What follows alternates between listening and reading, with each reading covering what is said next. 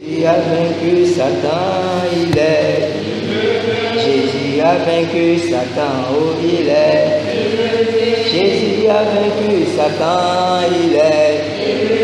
Jésus a vaincu Satan, oh il est. Oh il est. Élevé, il est. Oh il est. Élevé, oh il est. Oh il est.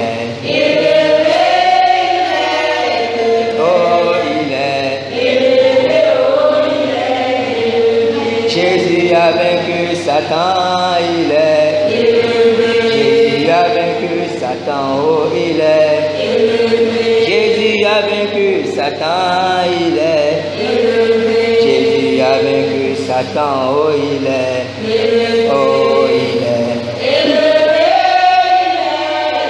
Oh il est. Oh il est.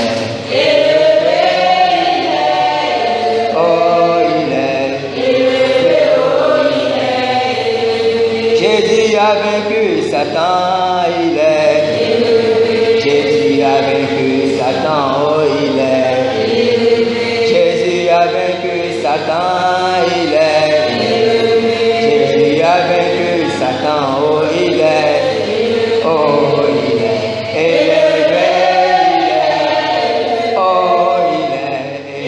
Élevé, oh il est.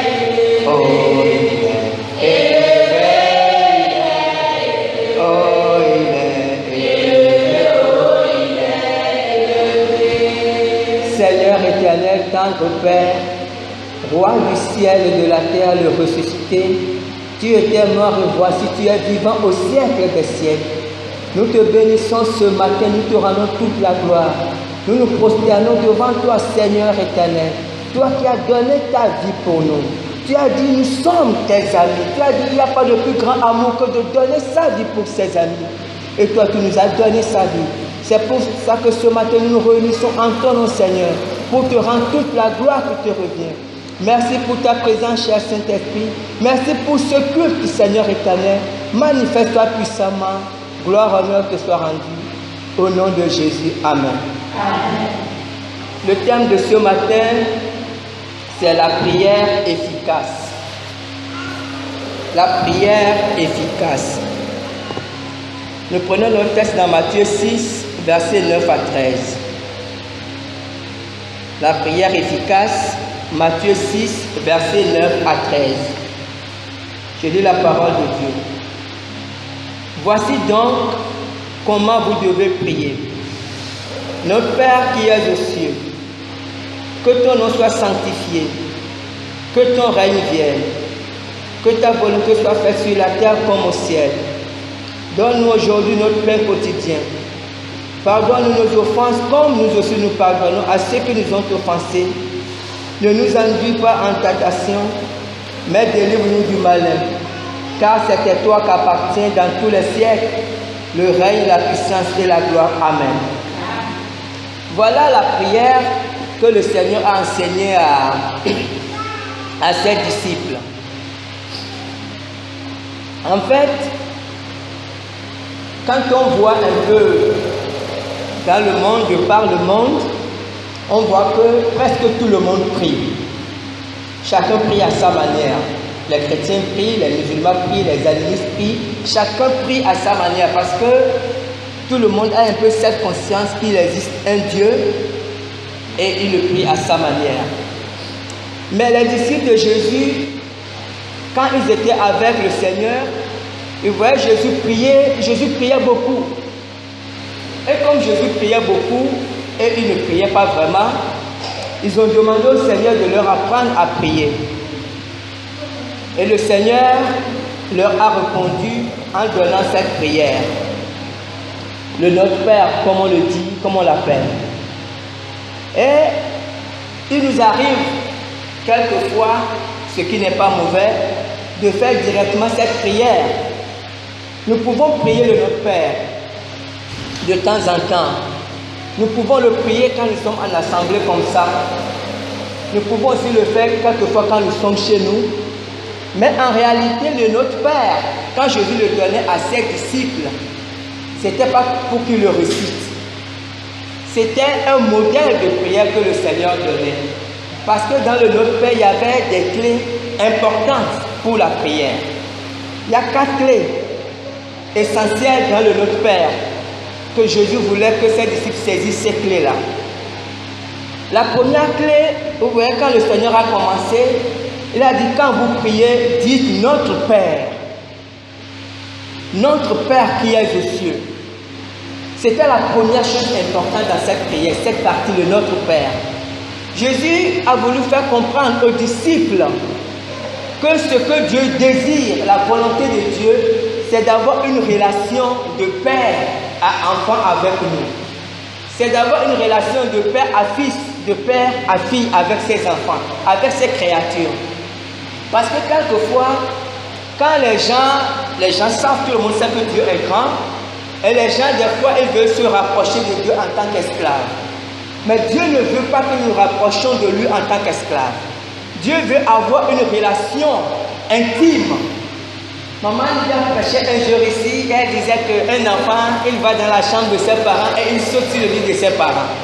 Vous savez, c'est cette relation que Dieu veut que nous ayons avec lui. En fait, Dieu veut que nous entrons dans son intimité. Et que lui aussi, il entre dans notre intimité. Parce que si Dieu entre dans notre intimité, nous pourrons l'appeler facilement notre Père. Parce qu'il sera un Père pour nous si nous voulons être un fils ou une fille pour lui. Donc c'est la première partie importante. Mais pour être une fille ou pour être un fils pour Dieu, il faut passer par la nouvelle naissance. C'est une condition obligatoire. Et ça, Jésus l'a expliqué à Nicodème dans Jean 3. Jésus a dit, il te faut naître de nouveau. C'est une obligation. Il te faut naître d'esprit. Il te faut naître d'eau. Vous savez, Dieu a créé tous les hommes. Dieu est le créateur de l'humanité. Il a créé toutes choses. Mais Dieu, dans sa bonté, Dieu, dans sa fidélité, a créé l'homme libre. Dieu désire que l'homme fasse sa volonté, que l'homme soit libre de faire tout ce qu'il veut. Mais Dieu désire partout que l'homme vienne à lui volontairement. Dieu ne veut pas contraindre. Dieu ne veut pas obliger les hommes à l'adorer. Dieu veut que l'homme décide lui-même de venir à lui. Donc, lorsque nous décidons volontairement de venir à Dieu, en ce moment, nous devenons les enfants de Dieu, nous devenons les fils et des filles de Dieu. Et dans notre prière, nous pourrons dire facilement notre Père. Comprenez? Donc c'est la première clé importante. Pour prier, il faut d'abord être ou fils ou fille de Dieu. Sinon, on verra plus tard, sinon Dieu ne peut pas écouter notre prière. Amen. La deuxième clé, Jésus a dit ça, dit, notre Père qui est aux cieux, que ton nom soit sanctifié. Que le nom de Dieu soit sanctifié. C'est quelque chose de fondamental. C'est quelque chose d'important pour celui qui s'appelle chrétien. Nous devons sanctifier le nom de Dieu dans tout ce que nous faisons. Nous devons rechercher que le nom de Dieu soit sanctifié. Lorsque nous lisons 1 Pierre 1, verset 15 à 16, 1 Pierre 1, verset 15 à 16, j'ai lu la parole de Dieu. Mais puisque celui qui vous a appelé est saint, vous aussi soyez saints dans toute votre conduite, selon qu'il est écrit, vous serez saints car je suis saint. Je vais relire ce texte. Mais puisque celui qui vous a appelé est saint, vous aussi soyez saints dans toute votre conduite, selon qu'il est écrit, vous serez saints car je suis saint. C'est la deuxième clé.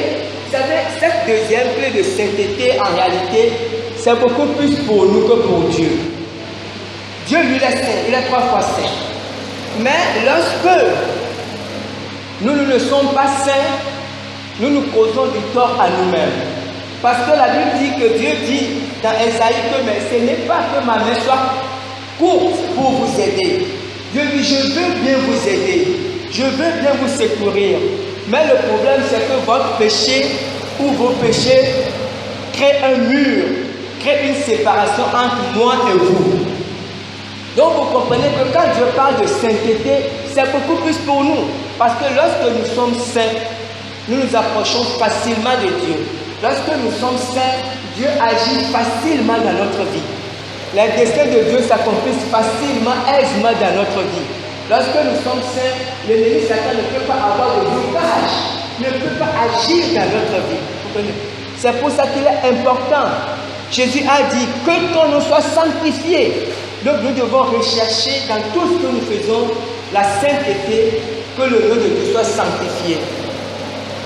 Et la troisième clé que Jésus a donnée, il a dit que ton règne vienne. Que ton règne vienne. Le règne de Dieu. Dieu règne déjà au ciel. Vous savez, souvent, on pense que notre Dieu n'a pas besoin des hommes. Dieu a créé toutes choses. Et Dieu règne au ciel. Mais Dieu veut régner aussi sur la terre. Dieu veut régner au milieu de son peuple. Dieu veut régner dans la vie de ceux qui le désirent. Ce n'est pas obligatoire. Mais Jésus a dit que ton règne vienne. Nous devons rechercher le règne de Dieu dans nos sociétés, dans nos communautés. C'est très important. Vous savez, quand il n'y a pas le règne de Dieu, Satan fait des ravages. La semaine passée, pour ceux qui suivent les informations, il y a eu des catastrophes en Indonésie. Et c'est un volcan s'est soulevé, un tsunami, la mer. La mer a englouti plusieurs personnes et il y a eu plus de 4000 morts. Vous savez, quand ces choses arrivent, ou quelquefois on peut apprendre qu'il y a eu un crash ici, un avion est tombé, il y a eu plus de 200 morts. C'est Dieu qui a créé le monde. Et la Bible dit que Dieu tient le monde entre ses mains. Mais la Bible dit aussi que Dieu est un Dieu de justice. Dieu est assis sur un trône de justice. Et Dieu dit que la personne qui pêche, l'âme qui pêche est celle qui mourra. Je vais vous expliquer ça.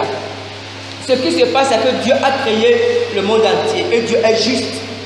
Comme Dieu est juste, quand les hommes vivent dans le péché, quand les hommes vivent dans l'idolâtrie, quand les hommes vivent comme ils veulent, la Bible dit la terre elle-même maudit ses habitants. Ce qui fait que quelquefois il peut arriver que la terre rejette.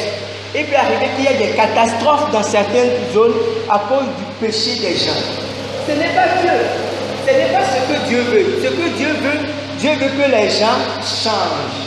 Dieu veut que les gens fassent du bien pour que lui puisse les sauver. Mais si les gens ne veulent pas faire ce qui est bien, si les gens préfèrent vivre dans le désordre, si les gens préfèrent vivre dans l'impudicité, Dieu ne peut pas les obliger à ne pas faire ce qu'ils ne veulent pas. Si quelqu'un veut vivre dans le péché, Dieu le laisse libre de vivre dans le péché. C'est comme ça que Dieu fait. Dieu est le plus grand démocrate de l'histoire. Il n'oblige pas les gens. Mais ce qui se passe, c'est que quand les gens posent des actes, quand les gens ont des comportements, ces comportements ont des conséquences. Et l'une des conséquences fait que quelquefois, il y a des catastrophes. Quelquefois, la terre rejette les gens. Comprenez? Donc, dans ces pays d'Asie, ce sont des pays où les gens sont beaucoup idolâtres. Ils adorent les dieux, les statues, ils adorent les serpents, ils adorent Shiva, ils adorent ce qu'ils veulent.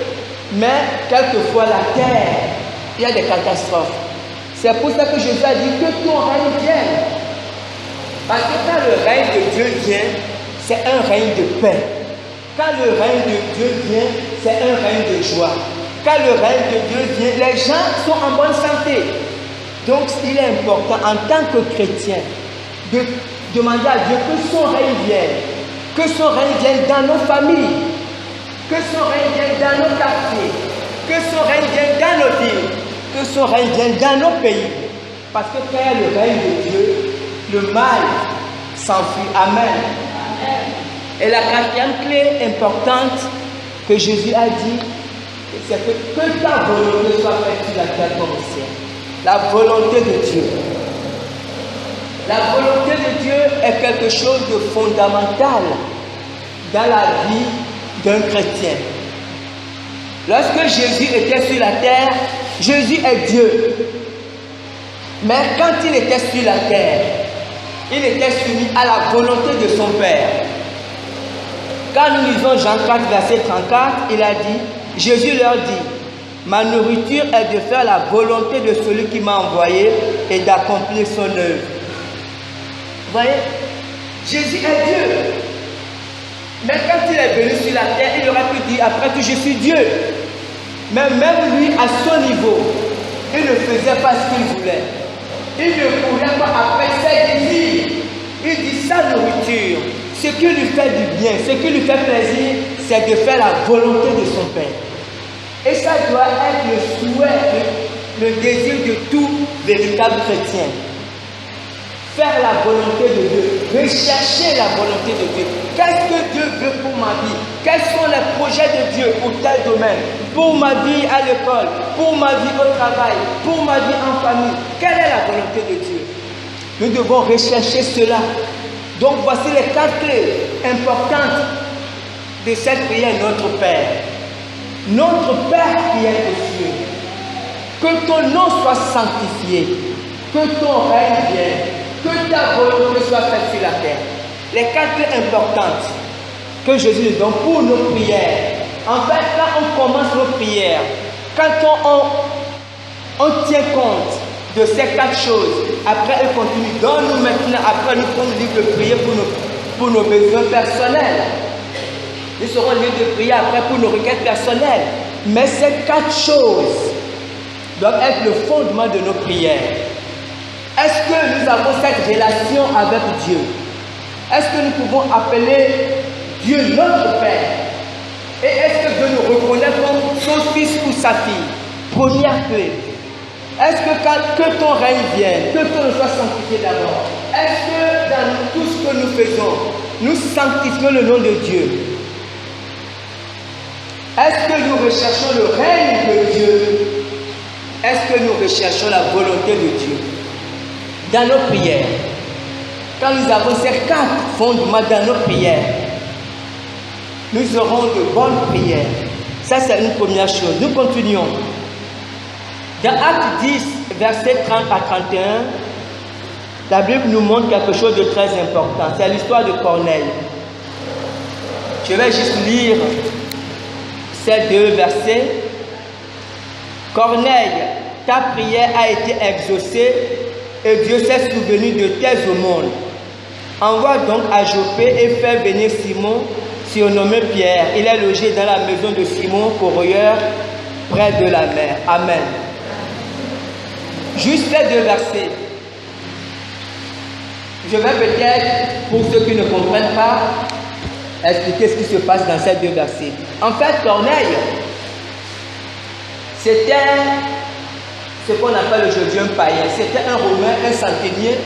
Ça veut dire que c'était un soldat gradé. Il avait 100 personnes sous son commandement.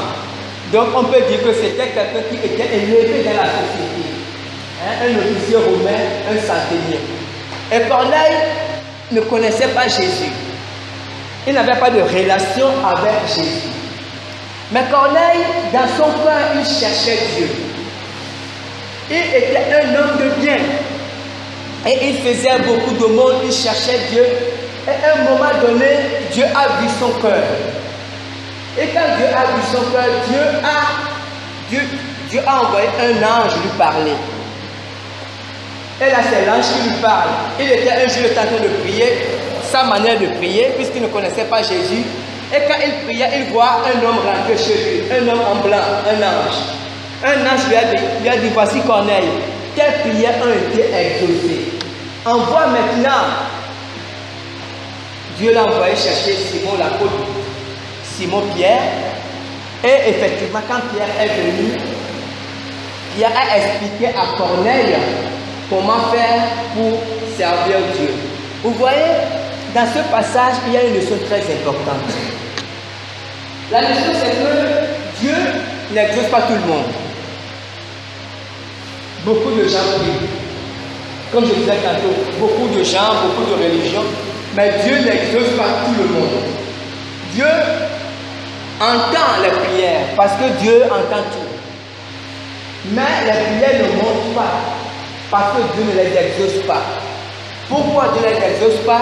Parce que ces prières ne sont pas conformes à la voix de Dieu. La voix de Dieu, c'est quoi? C'est accepter Jésus comme sauveur personnel. C'est la seule voie.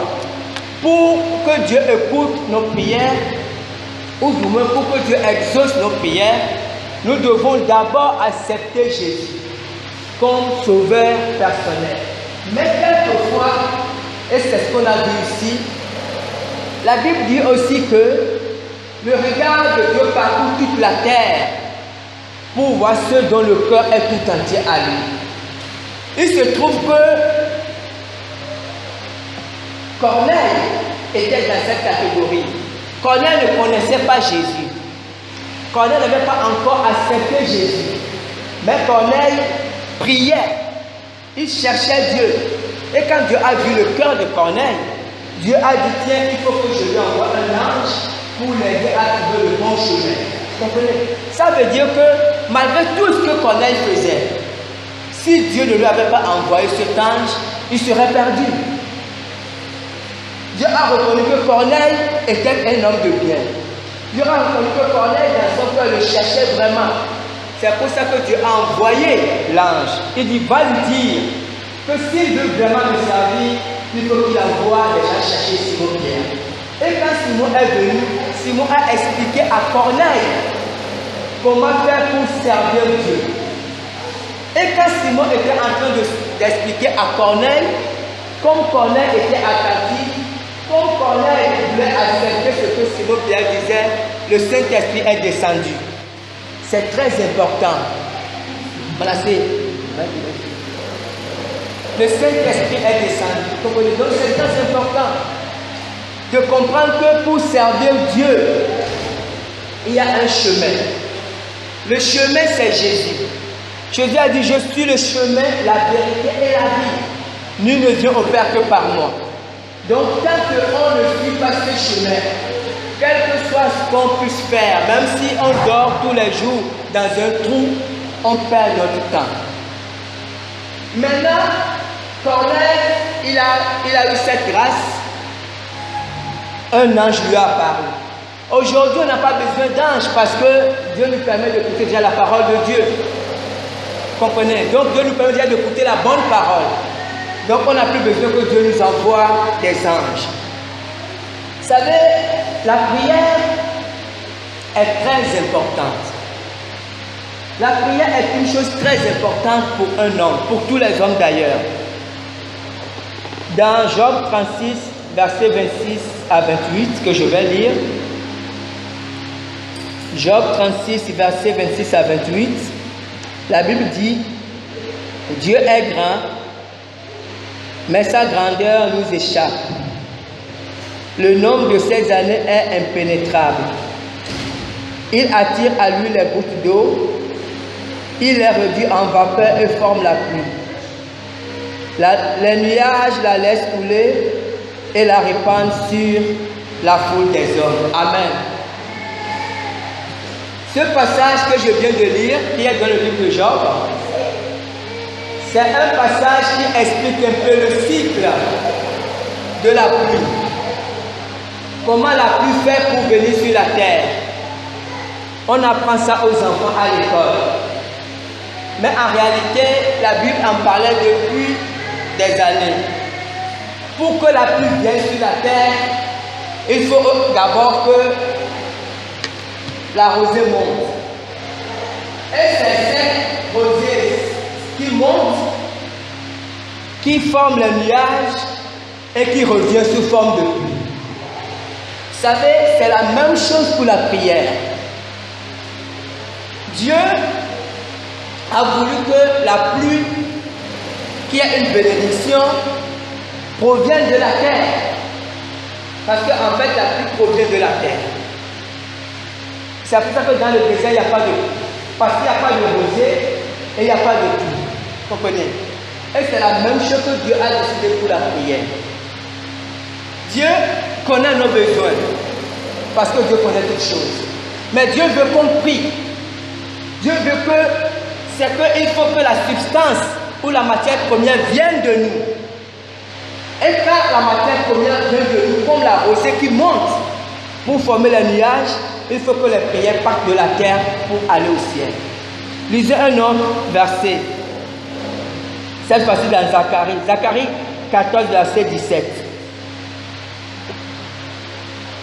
S'il y a des familles de la terre qui ne montent pas à Jérusalem pour se prosterner devant le roi, l'Éternel des armées, la pluie ne tombera pas sur elle. Je vais relire ça. S'il y a des familles de la terre qui ne montent pas à Jérusalem pour se prosterner devant le roi, l'Éternel des armées, la pluie ne tombera pas sur elle. Comprenez? C'est la même chose.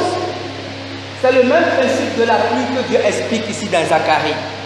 Dieu est souverain. Dieu aurait pu faire en sorte qu'il pleuve tout simplement. C'est comme le soleil. Le soleil n'a pas besoin de la terre pour se lever. La lune n'a pas besoin de la terre pour se lever. Ces astres suivent le chemin que Dieu leur a tracé. Mais, en ce qui concerne la pluie, Dieu a décidé que la pluie provienne de la terre. Dieu a décidé que la pluie vienne de la terre. Vous connaissez.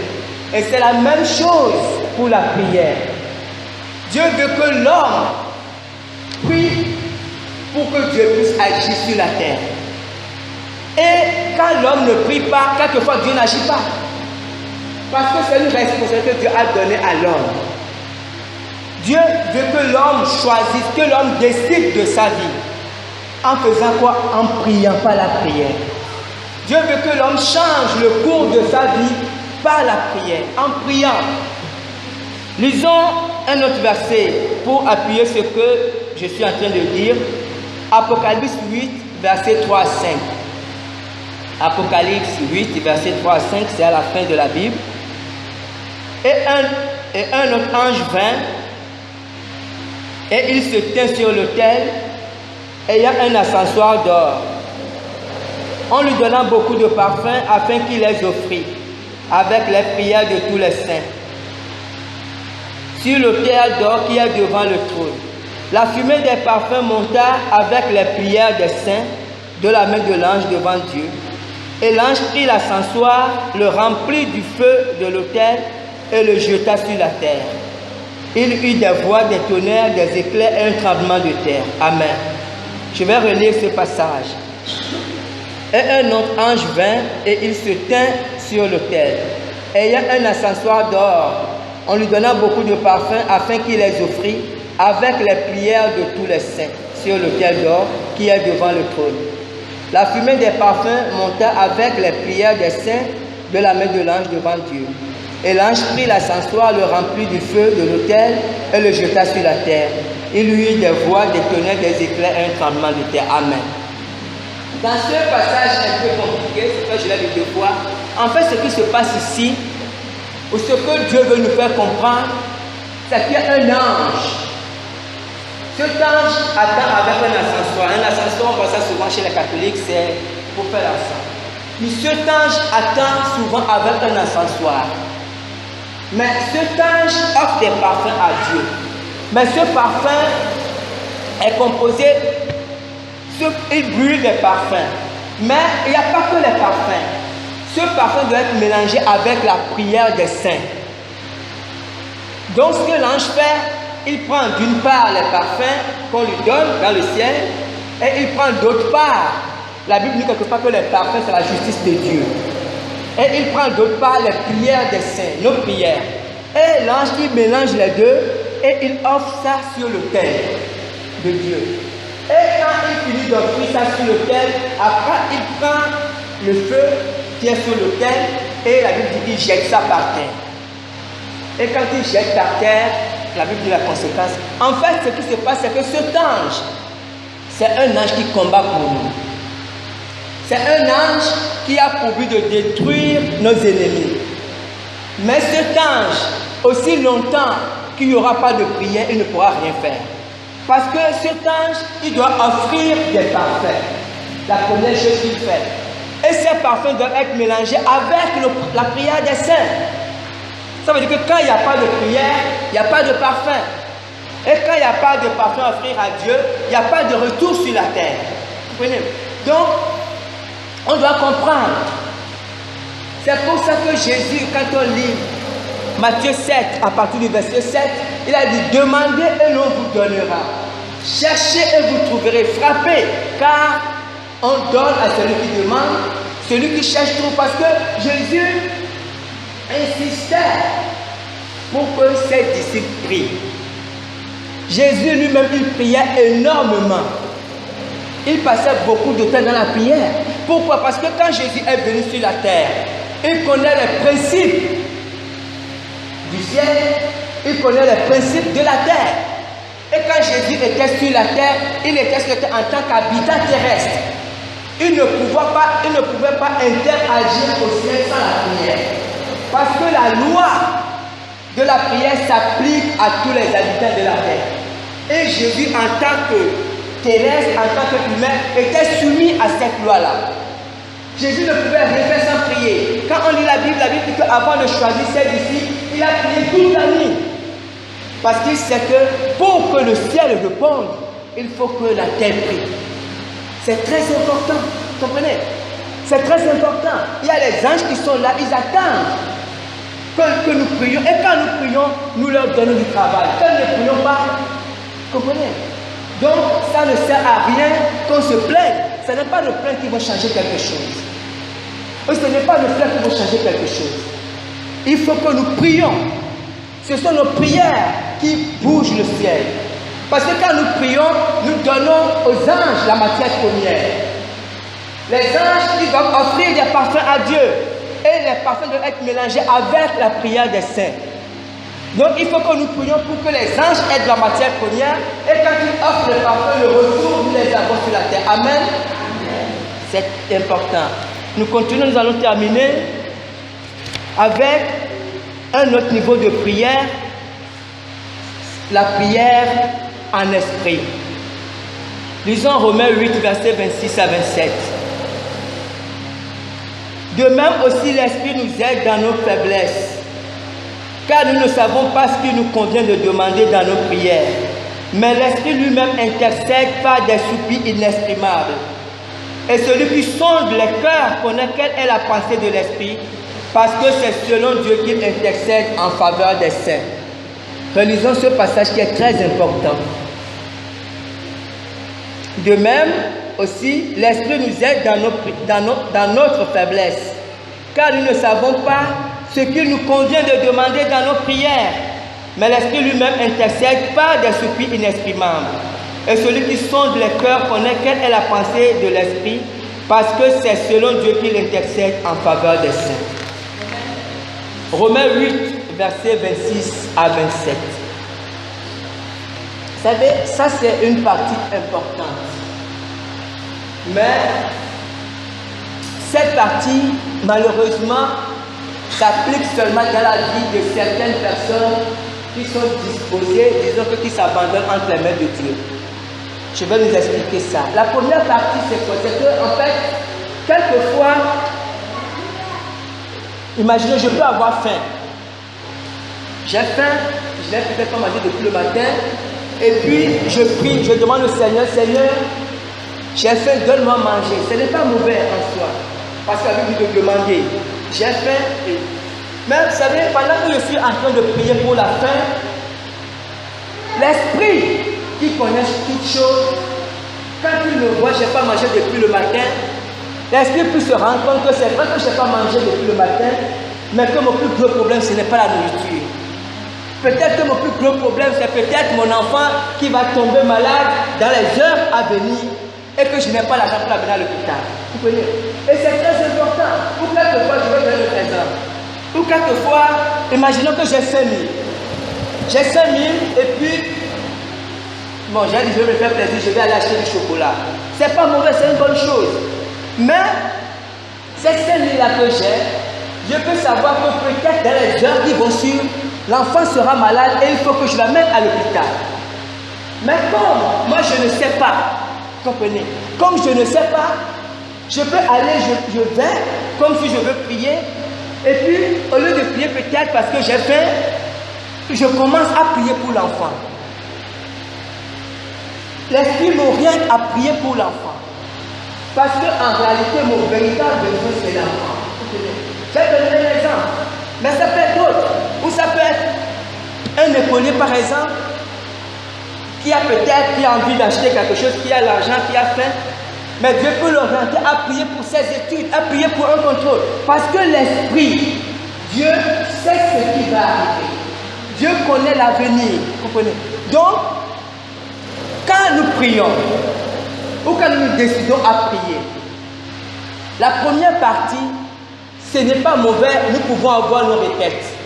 J'ai faim, je demande au Seigneur, Seigneur, je n'ai pas mangé depuis le matin, donne-moi à manger, j'ai besoin d'argent, Seigneur, j'ai besoin d'argent pour le taxi.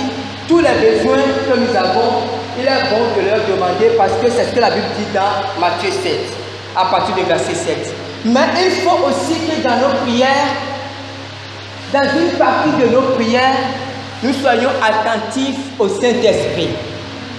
Nous soyons à l'écoute du Saint-Esprit. Vous savez, quelquefois, il peut vous arriver de vous réveiller. Et quand vous vous réveillez le matin, vous avez une chanson qui vous vient. Peut-être Jésus a vaincu Satan, il est élevé. Jésus a vaincu Satan. Tu te réveilles le matin avec cette chanson. Tu ne comprends rien. La nuit, tu as bien mangé ton spaghetti, tu as dormi. Tu te réveilles, tu chantes, tu dis, mais qu'est-ce qui se passe? Jésus a vaincu Satan. Quand tu te réveilles avec une chanson, avec une adoration, il faut écouter bien les paroles de cette adoration. Première chose, c'est très important. Dieu aide beaucoup par la chanson, surtout les niveaux par la chanson, parce que quelquefois, il est difficile que Dieu nous donne des paroles. Quelquefois, nous ne lisons pas assez la Bible, donc Dieu va nous donner les versets bibliques, donc il nous donne des chansons. Vous savez, même si c'est une chanson que nous n'aimons pas beaucoup, il est important de la chanter et surtout d'écouter les paroles. Parce que là, Dieu est en train de nous parler. En fait, Dieu est en train de nous avertir pour la journée. Parce que quand tu te réveilles en disant Jésus a vaincu Satan, Dieu te dit qu'il y aura un combat dans la journée. Il y aura une bataille dans la journée. Mais que Jésus est vainqueur. Ça peut vouloir dire que dans la journée, l'enfant peut tomber gravement malade. Tu peux être désemparé. Ça peut vouloir dire qu'au travail, tu peux avoir un sérieux problème. Mais Dieu veut te dire que ne t'inquiète pas. Parce que moi, j'ai vaincu Satan.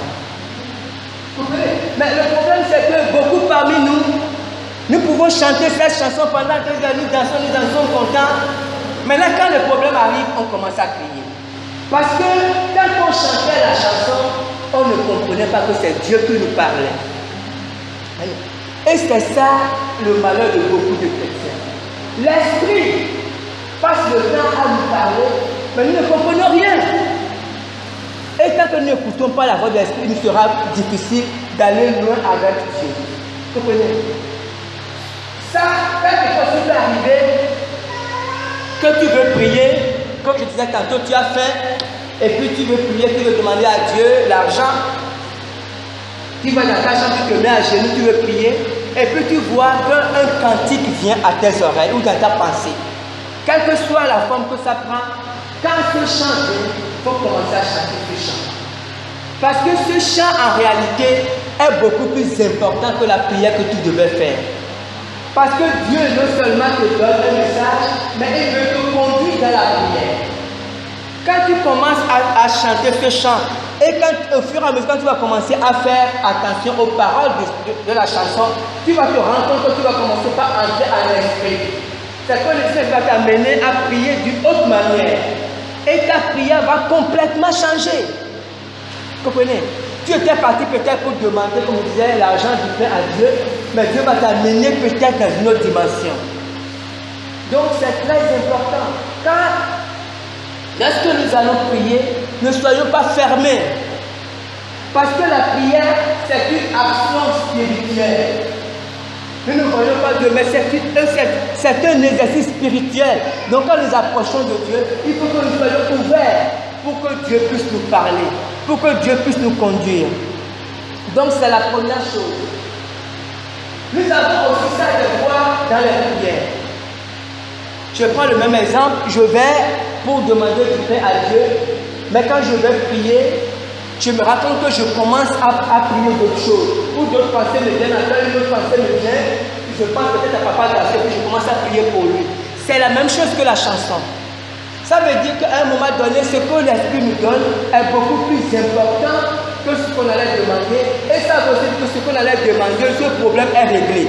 Parce que quand moi je vais demander du pain à Dieu, puis Seigneur, je n'ai pas mangé du matin jusqu'à midi, j'ai besoin d'argent, je sais que tout à l'heure dans 30 minutes, mon frère va peut-être me donner 1000 francs. Donc ce problème est réglé pour Dieu, c'est déjà réglé. Donc Dieu m'oriente plutôt vers un autre problème qui est actuel, qui est peut-être beaucoup plus sérieux que le problème que j'avais vu. Donc, quand on va prier, il faut qu'on soit ouvert pour recevoir les requêtes que le Saint-Esprit nous donne. Le troisième niveau de la prière par l'Esprit, ça c'est pour ceux qui parlent la langue. La Bible dit, nous allons lire 1 Corinthiens 14, verset 2 à 5. 1 Corinthiens 14, verset 2 à 5, je lis la parole de Dieu. En effet, celui qui parle en langue ne parle pas aux hommes, mais à Dieu, car personne ne le comprend, et c'est un esprit qui dit des mystères.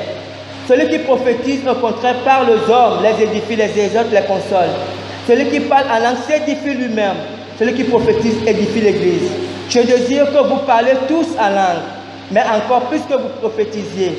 Celui qui prophétise est plus grand que celui qui parle en langue, à moins que ce dernier l'interprète pour que l'Église en reçoive l'édification. Amen. Celui qui parle en langue parle à Dieu. Ça c'est pour ceux qui sont déjà baptisés dans le Saint-Esprit. Et les nouveaux au fur et à mesure, vous allez aussi être baptisés dans le Saint-Esprit. Le parler en langue c'est un genre, un style de prière qu'on fait, comme je disais tout à l'heure, c'est pour les anciens. Et quand on prie, on parle dans une nouvelle langue, on parle une langue que personne ne comprend. Mais la Bible dit que celui qui fait ça, il parle à Dieu. Le parler en langue, c'est comme un téléphone rouge. C'est comme la ligne directe de Dieu. Vous comprenez? Donc, j'encourage ceux qui parlent en langue de prier abondamment en langue. L'apôtre Paul qui disait ça, disait que je prie en langue plus que vous tous. Parce qu'il priait énormément en langue. Et quelquefois, lorsqu'on prie en langue, le Saint-Esprit nous interprète le parler en langue.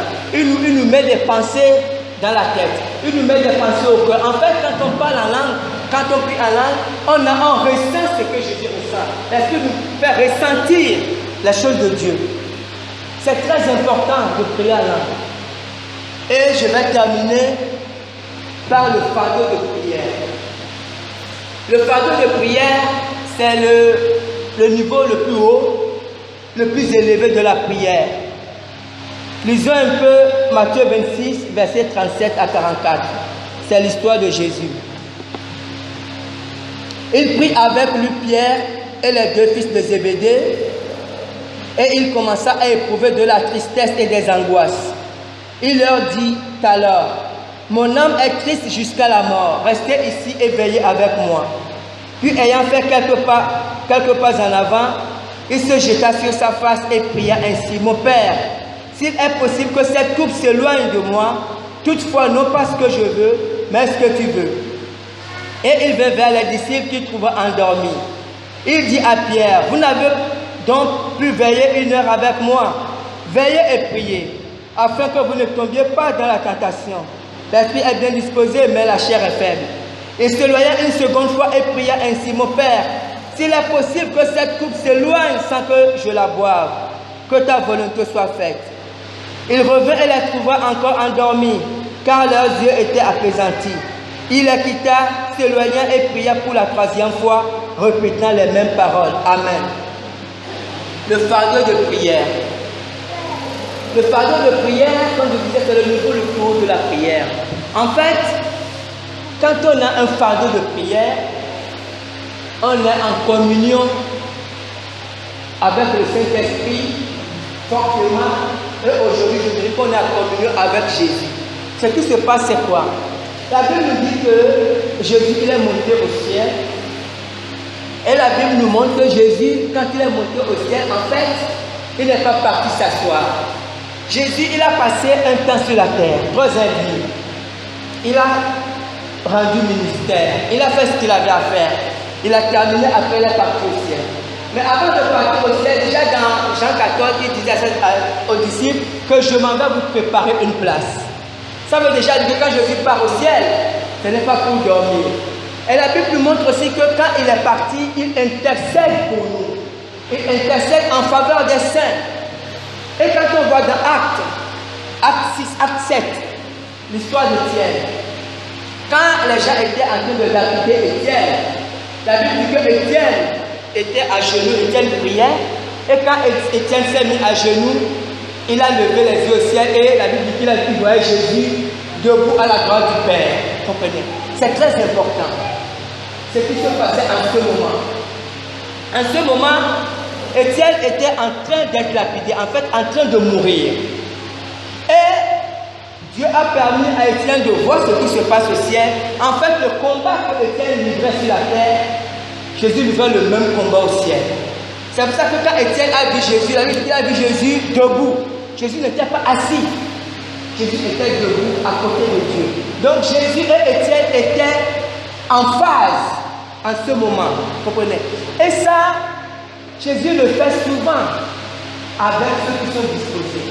À certains moments, dans l'intercession qu'il fait pour le monde, Jésus continue à prier pour le monde. Jésus continue à prier pour l'Église. Vous savez, parce que Jésus est la tête, il est la tête de l'Église et nous sommes le corps. C'est comme, vous savez, c'est comme vous et moi. Si je vais aller en bolo, ce n'est pas mon père qui va commencer à décider d'aller en bolo. Mon père peut vouloir faire le fait de ne jamais aller en bolo. Il faut d'abord que je décide que je veux aller en bolo. Vous comprenez? Et ce que Jésus veut une église qui soit en phase avec lui. Parce qu'il est la tête de l'église. Et l'église est censée être son corps. Mais malheureusement, ce qui se passe souvent, Jésus a une pensée et l'église a une autre pensée. Quelquefois, Jésus peut partager son intercession avec un chrétien. C'est le fardeau de prière, c'est que Jésus communique à quelqu'un un fardeau. Le fardeau de prière, c'est ce que Jésus a eu ici. Vous voyez, il y a la première chose, c'est une angoisse. Un grand fardeau, une grande tristesse. Première chose. Et dans le fardeau de prière, on ne peut pas prier pour autre chose. C'est comme si pendant un temps, on est bloqué, on est scotché à une prière. On ne prie que pour la même chose. On ne peut pas, en tout cas, c'est un poids très fort dans l'esprit. On ne peut pas prier, même si tu as faim, même si tu n'as pas mangé, tu ne peux même pas penser à ta nourriture. Si Dieu te met à faire, par exemple, de prier pour le Gabon, tu ne vas que prier pour le Gabon. Tu ne peux pas aller à gauche. Ça, c'est le fardeau de prière. Et c'est ce que Jésus a. Vous savez, quand on lit l'histoire de Gethsémani, au prime abord, on pense que Jésus parlait de lui. Mais quelque chose s'est passé. Quand Jésus entrait à Gethsémani, le fardeau de l'humanité, Dieu le lui a donné.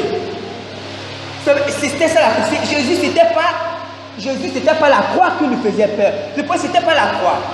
Jésus savait depuis le temps qu'il devait passer par la croix. Mais il y a une différence entre la souffrance physique et la souffrance spirituelle. Et c'est le fardeau que Jésus avait. Comprenez? Et la Bible dit quand Jésus allait prier, il faisait la même prière. Il ne pouvait pas prier pour autre chose. Si seulement cette coupe pouvait s'éloigner de moi. Parce qu'il avait ce fardeau. Il avait le poids de l'humanité.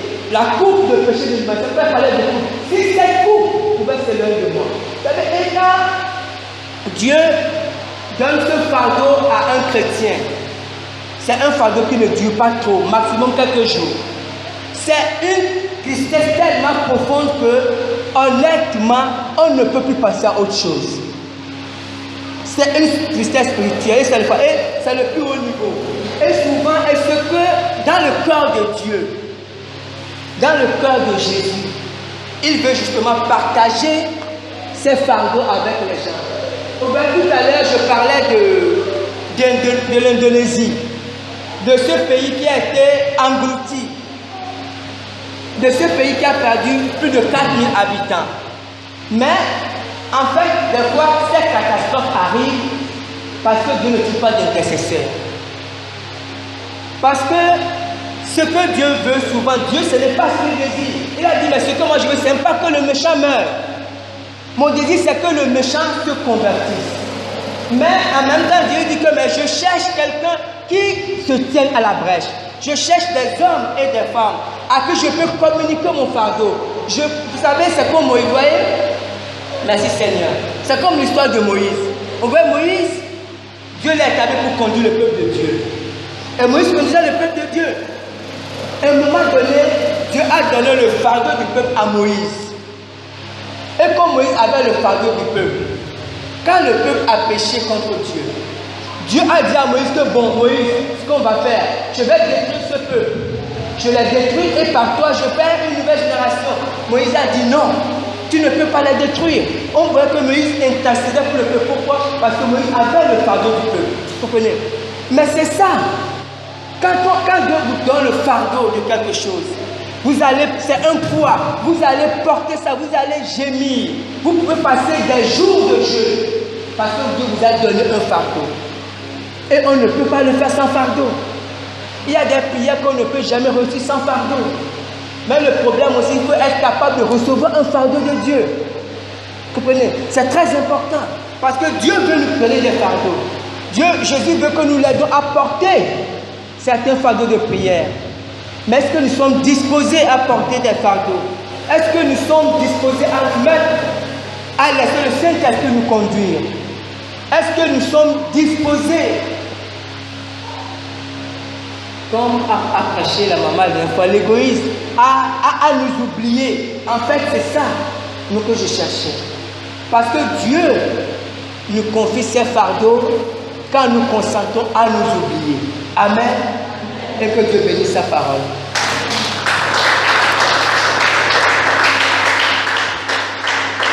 On acclame le Seigneur. Je vais rappeler Papa Dansou pour la fin.